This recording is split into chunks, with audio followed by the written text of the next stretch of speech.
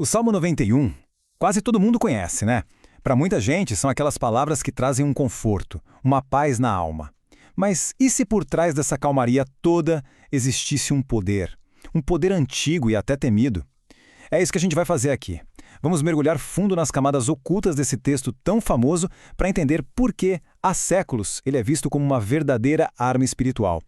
Essa é uma pergunta que, no fundo, todo mundo já se fez em algum momento. Diante dos desafios, dos medos, de tudo aquilo que a gente não controla, onde é que se encontra a segurança de verdade? O interessante é que o Salmo 91 não dá só uma resposta, ele propõe uma verdadeira estratégia de proteção. Beleza, então vamos direto ao ponto. Pensa assim, de um lado tem a visão que a gente está acostumado, o Salmo 91 como um poema bonito, que acalma o coração, mas do outro lado existe uma tradição milenar que olha para ele de um jeito, nossa, completamente diferente. Como uma arma espiritual feita no meio do caos, da crise. É essa segunda visão, essa visão poderosa que a gente vai desvendar agora. Para a gente entender a força desse salmo, a gente precisa voltar para a origem dele. E ela é muito mais antiga e, olha, muito mais dramática do que se imagina. Não tem nada a ver com um palácio tranquilo. Pensa no epicentro de uma crise nacional. Sabe, a antiga tradição judaica registrada num texto chamado Midrash Tehillim faz uma afirmação que é surpreendente. Ela diz que o autor do Salmo 91 não foi Davi, como muita gente pensa, mas o próprio Moisés. E só isso já muda tudo.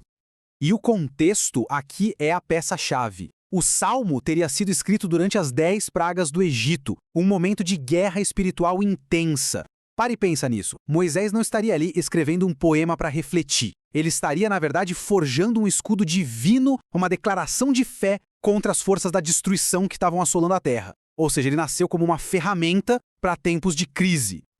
E essa ideia do Salmo como uma ferramenta de proteção não ficou lá no Egito, não. Essa tradição continuou e ele acabou virando parte oficial dos rituais do templo em Jerusalém. Olha só como... O Talmud, que é um dos livros centrais do judaísmo, dá um nome bem específico para o Salmo 91, Shir Shel Pigaim. A tradução disso é algo como Canção das Aflições ou Canção contra Pragas.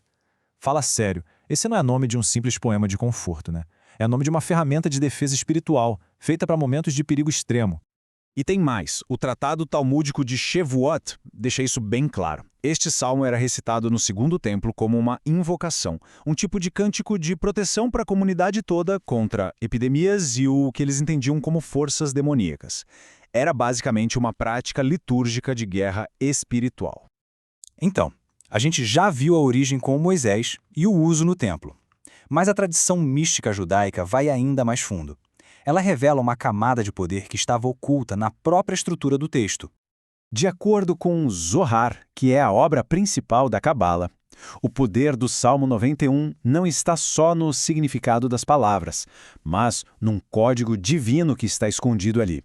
A crença é que nomes sagrados de Deus estão, literalmente, entrelaçados nas próprias letras hebraicas do Salmo.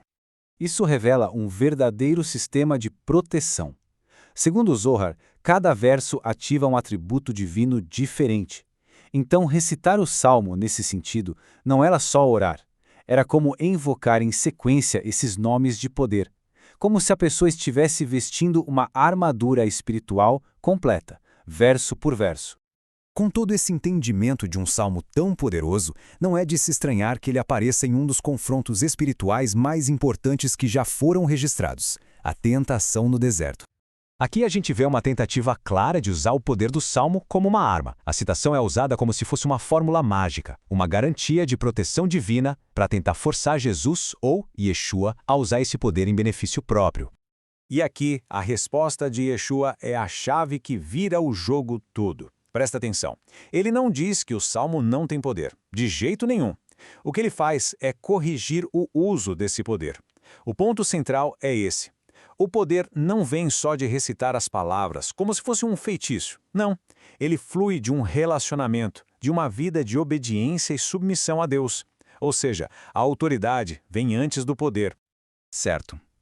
Então, como é que todas essas camadas, a origem na crise, o uso no templo, o código místico e a correção de Yeshua, se juntam para a gente ter uma aplicação prática disso hoje em dia? Bom, para desbloquear o poder do Salmo segundo essa visão toda integrada, seriam necessários 3 passos. Primeiro, habitar na presença. O primeiro versículo já diz, aquele que habita. A proteção é para quem vive nesse relacionamento constante. Segundo, entender a autoridade. É reconhecer que esse não é um texto qualquer, mas uma ferramenta espiritual com peso histórico e divino imenso. E terceiro, agir em obediência. É declarar as verdades do Salmo não como uma exigência, mas como uma afirmação de fé que nasce de uma vida alinhada com a vontade de Deus. E isso tudo nos leva a uma pergunta final. Quando se recita o Salmo 91, ele é só um conforto para a mente? Ou ele é um escudo ativo, uma arma espiritual que vem da autoridade de um relacionamento profundo com o Criador? A perspectiva, como a gente viu, muda absolutamente tudo.